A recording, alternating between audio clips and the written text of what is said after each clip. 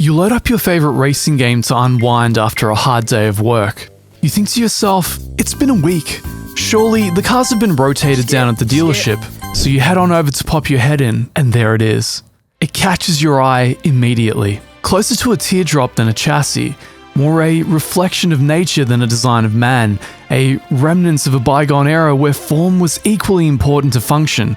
An era where to create something timeless meant more than to create something to a perfect technical specification. The Porsche 917K, in my opinion, is the most beautiful car ever created. And to create this video cost me 18 million credits. I knew that in no sane reality would this expense be worth it. This car can't compete on terms with modern vehicles. Heck, it doesn't even meet a racing category to qualify it to try. But that's beside the point. Much like the form of the car, the desire to own it is ephemeral. It goes beyond mere function and utility. It didn't matter if it cost 18 million or 80 million. I was going to have it. Sir? This lap is very special because it allows us to glimpse into something which will never happen in the real world. The 24 of these cars left in existence sell between $14 to $20 million at auction, so you will never see someone push it to the limit at the longest, most treacherous racetrack in the world, the Nurburgring Nordschleife. But today, we're doing exactly that. Now let's warm up this old engine, click that subscribe button, and hit the tarmac. And here is the classic Le Mans monster. I almost feel like a modern version of Steve McQueen, except a lot uglier and a bit more muscular. Starting on the lap, here we go, coming up to the Sabine Schmitz curve, the first one we're taking at pace. And pretty well composed through there. You can tell I've done this a few times. Now, one thing you cannot do is rely on this car's aerodynamics. If there's one thing they didn't have down in the 70s, as you can see there, is the aerodynamics. This car will snap out on you at the snap of your fingers.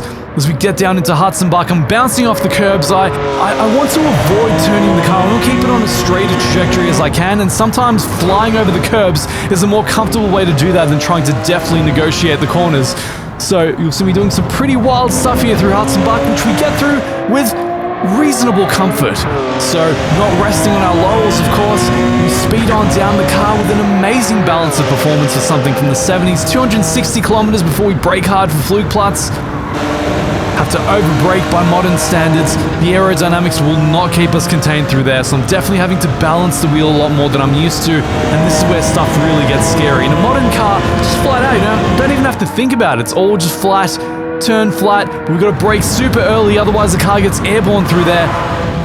Finessing the car. It's half getting airborne, half using downforce. It's half lift, half downforce. It doesn't know what it wants to do. It's all over the place, but that's what makes it so magical to drive as we head down towards the foxhole now. A very different foxhole experience. So here's the car jinx all over the place. Now I'm gonna have to get off the gas pretty soon. Just finesse our way into Adenauer Force. Pray. Yes, the Almighty is looking after us as we go up into Adenauer. Now brake nice and easy. We're going to navigate it. Low speed is definitely where this car excels if you don't apply the throttle too quickly. So we've gotten through the first sector of the Nurburgring Nordschleife with remarkable comfort as we cross by the Rebel Tree. Thank you, Jimmy, for that reference.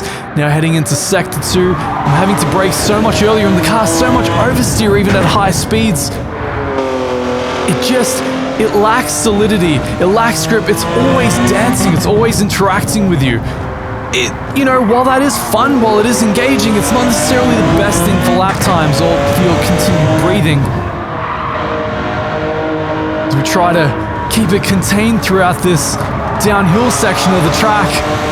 Not too bad through there. I've definitely had to readjust my mind and my reference points.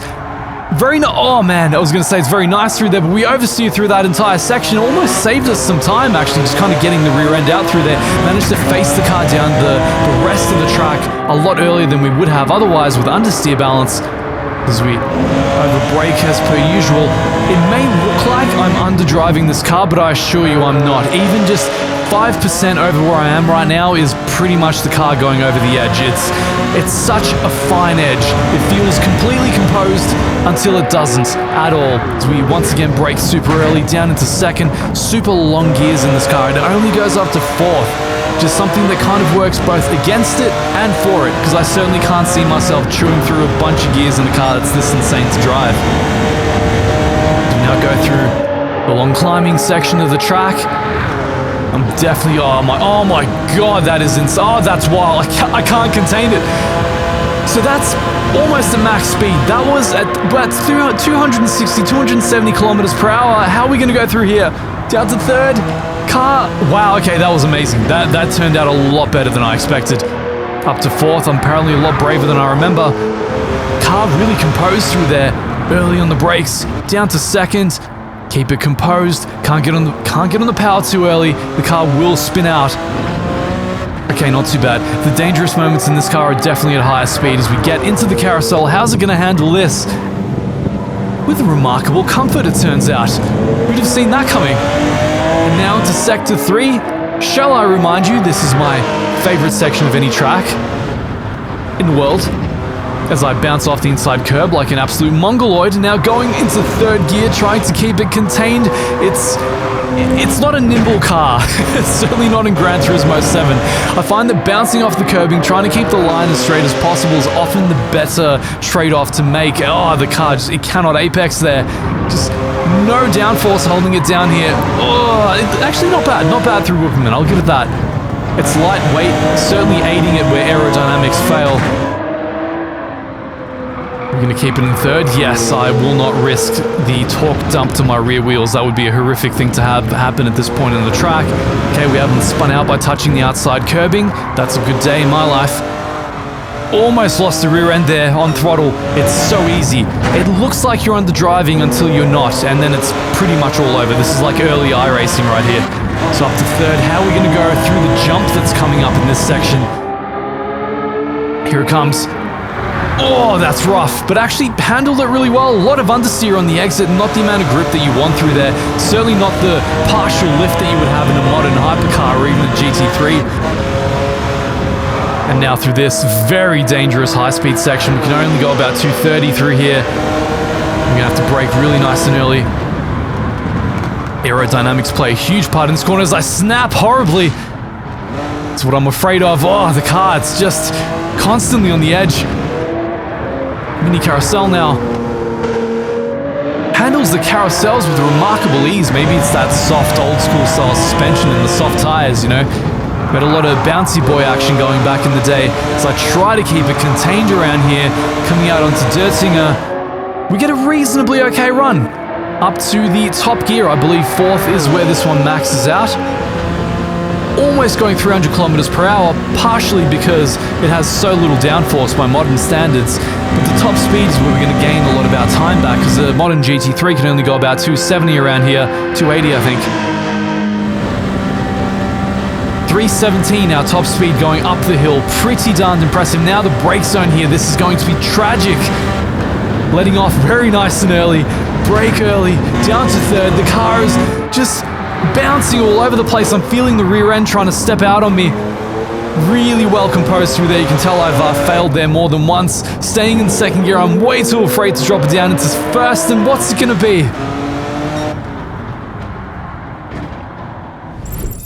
640.3. This 50-year-old car got a lap time almost on par with a modern GT3. And that is with completely stock settings. Heck, if I'm half as competitive as this at 50, I'll consider it a life well lived. I hope you enjoyed that wonderful experience as much as I did. Subscribe to reminisce on days gone by again in the future, and until the next time, I'll see you later.